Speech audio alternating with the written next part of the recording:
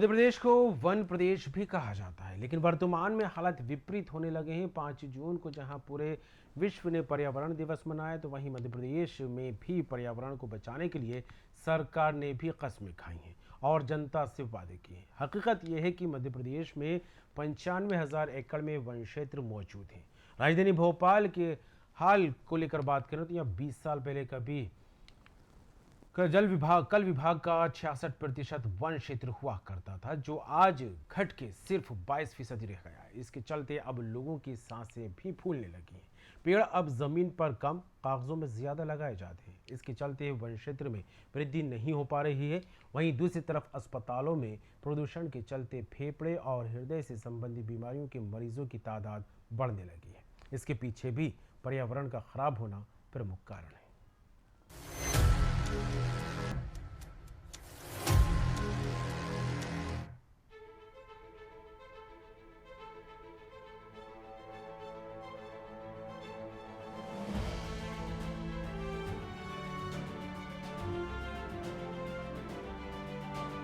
मध्य प्रदेश का वन क्षेत्र अब लगातार कम हो रहा है। जमीन पर पेड़ों की संख्या लगातार कम हो रही है।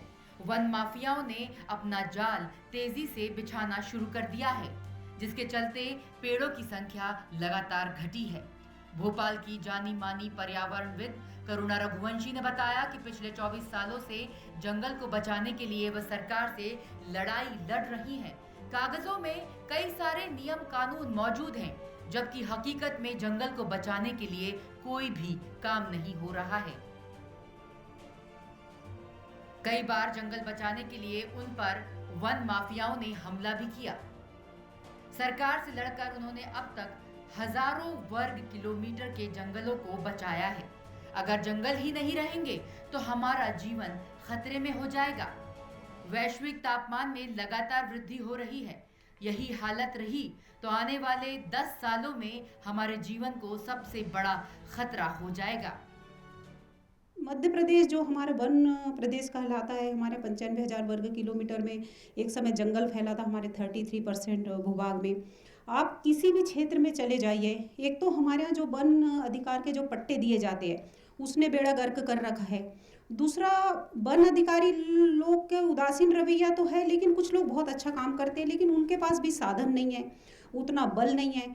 और तीसरी जो सबसे बड़ी कारण है कि जो भू माफिया है, वन माफिया है या रेत माफिया है, इनको राजनीतिक संरक्षण प्राप्त है। अब जिनको राजनीतिक संरक्षण प्राप्त होता है उनका क्या तो कोई बिगाड़ेगा। अगर ऐसा ही रहा और अगर शासन, प्रशासन और आम जनता यदि नहीं जागे तो आप सोचिए कि केवल 10 साल है हमारे पास। 10 साल में आपने चेन्नई का सुना होगा, ग्राउंड वाटर पूरी तरह खत्म हो गया। बेंगलोर में ग्राउंड वाटर खत्म होने की कगार पे है। ये सिर्फ तस्वीरें आ रही है। तो हमारे पास केवल 10 साल का टाइम है, और अगर हम नहीं जागे, चाहे शासन हो, प्रशासन में, तो आम जनता को भी बोलती हूँ कि आम जनता भी बहुत ही क्या कहना चाहिए, सबको मुफ्त की रेवड़ियाँ खाने की आदत पड़ गई है ना। तो अगर हम नहीं जागे तो हमारे पास केवल 10 साल का टाइम है। 10 साल के बाद ना तो आपके पास शुद्ध पीने को पानी रहेगा, ना शुद्ध खाने को रहेगा, ना शुद्ध हवा रहेगी। और वही होगा जो 2020 में कोरोना काल में हुआ है कि आप एक एक बूंद ऑक्सीजन के लिए तरस के व्यक्ति मरेगा। खराब हो रहे पर्यावरण के चलते मानव जीवन के स्वास्थ्य पर सबसे खराब असर पड़ा है। कोरोना महामारी के दौरान लोगों को पेड़ों के कम होने की कीमत पहली बार ऑक्सीजन खरीदकर चुकानी पड़ी, लेकिन उसके बाद भी लोगों को समझ नहीं आ रहा है।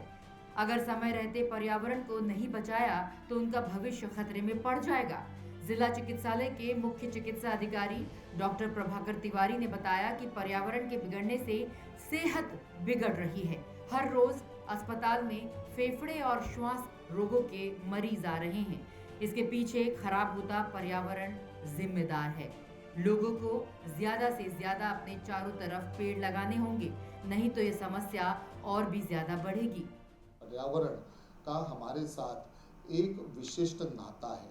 अगर आप देखें तो पिछले कुछ समय में हम लोगों ने पर्यावरण पर जो अत्याचार किए हैं उसका फल हमें देखने को मिल रहा है।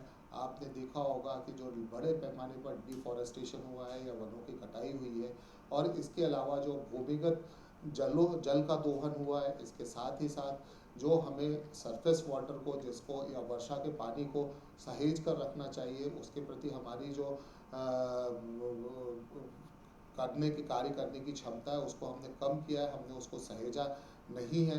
और इसको सबको दृष्टिगत देखते हुए हमने देखा है कि पिछले कुछ समय में जो वातावरण का तापमान है वो लगातार बढ़ता जा रहा है, जिसे हम ग्लोबल वार्मिंग भी कहते हैं। और इस ग्लोबल वार्मिंग के कारण न केवल मनुष्य बल्कि वनस्पतियों पर, पशु पक्षियों पर और यहाँ तक कि कीट पतंगों पर भी अलग अलग तरह से प्रभाव पड़ा है। आपने देखा होगा वनस्पतियों में जो फसलों के पकने का समय है वो बदल गया है, वो या तो कम या ज़्यादा हो गया है। इसी तरह से जो वेक्टर बॉर्न डिजीजेज होती हैं, वाहक जनित रोग रहते हैं, जैसे मलेरिया, चिकनगुनिया, डेंगू, इन सब के फैलने पर भी इसका प्रभाव पड़ा है। और इसको दृष्टिगत रखते हुए सरकार ने भी इसको माना है और इसके आधार पर national programme on climate change and health शुरू किया है। वन की छांव भला किसे नहीं अच्छी लगती है, वो भी तपती हुई गर्मी में हर इंसान पेड़ की छांव की शरण खोज रहा है, लेकिन पेड़ लगाना अब लोगों को पसंद नहीं है। भोपाल जिले का आज से 20 साल पहले जो वन क्षेत्र था करीब 66% था, जो आज घटकर केवल 22% रह गया है।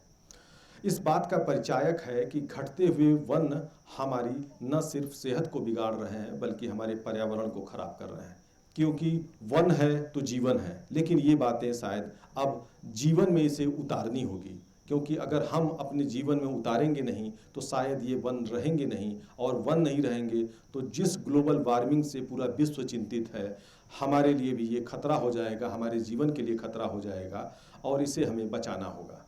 Dharmendra Singh, news world Bhopal.